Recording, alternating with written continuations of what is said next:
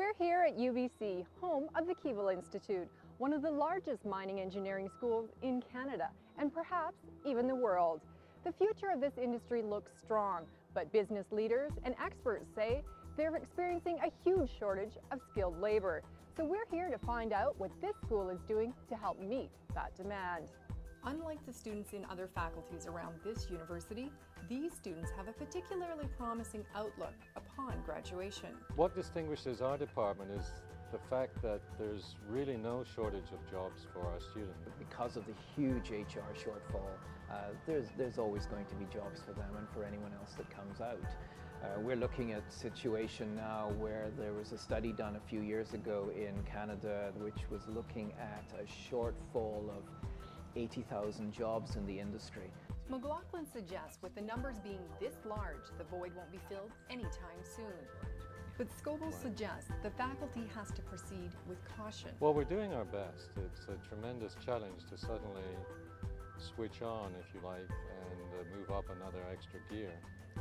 We've tripled our numbers probably within the last decade, and we've been in a growth mode anyway. We have to be careful because one of our strengths is this tremendous community that we have that revolves around being a relatively small school. Scoble explains how this tight-knit community found within the mining department is reflective of what students can expect to find in the industry. And this is one of the features that attracts students like Holly Burton. Well, actually, when I came to UBC, I wanted to be like an aerospace engineer. Like, airplanes are really glamorous, right? And in first year, they make us take this class where we all have to sit in this room and all the departments come in and tell us why we should be in their department, why they're really great, right? And mining came in, and I laughed, and I was like, oh, I don't want to be in mining. Mining, they just dig holes all day. Who wants to do that, right? And but I sat there and listened, because in first year, you never skip class, right?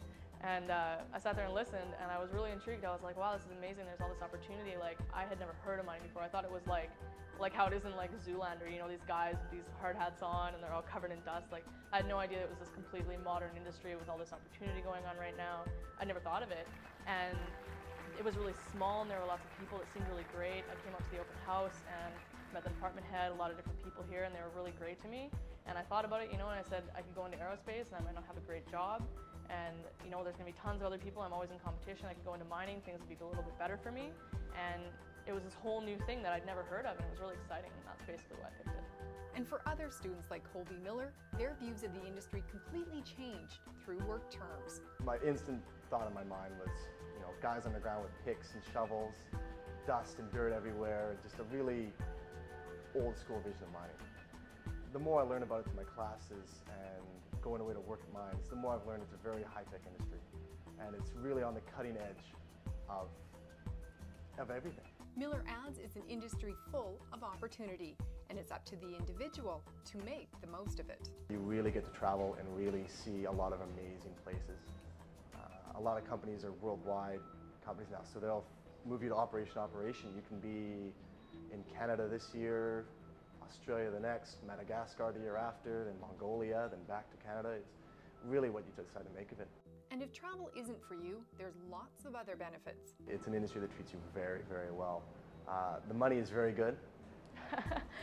Pay and travel are both perks. McLaughlin says one of the strengths and reasons why the mining department has grown so rapidly over the last few years is their recruitment approach. So we will have a series of students with a PowerPoint presentation behind them, basically saying what they did last summer, you know, where they worked, the interesting things that they found in that work.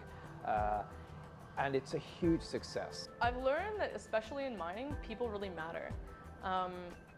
It wasn't necessarily that before I came here I didn't know that, but I didn't really realize how much it applied. Like this last summer while I was working, you know, you realize now with the industry having so few employees and needing so many people that like they really have to try and hold on to who they have, right? Miller agrees, people are essential to mining operations, and to be a good mining engineer, you have to be able to deal with people.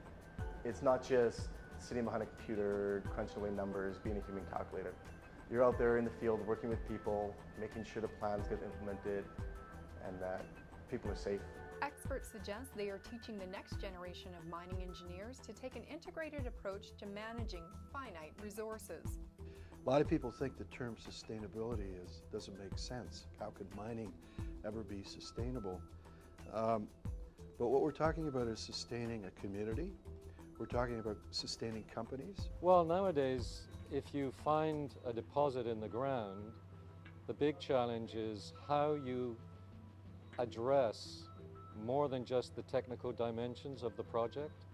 You've got to really pay close attention to environmental stewardship. We will always have mining because people need materials. There's half the world that needs our standard of living and want our standard of living and are going to demand it. So mining is not going to go away, and what we have to do is find a balance. And this department is striving to develop this balance within each of the graduates they produce. I'm Corleen Jarvis for Mining Industry TV.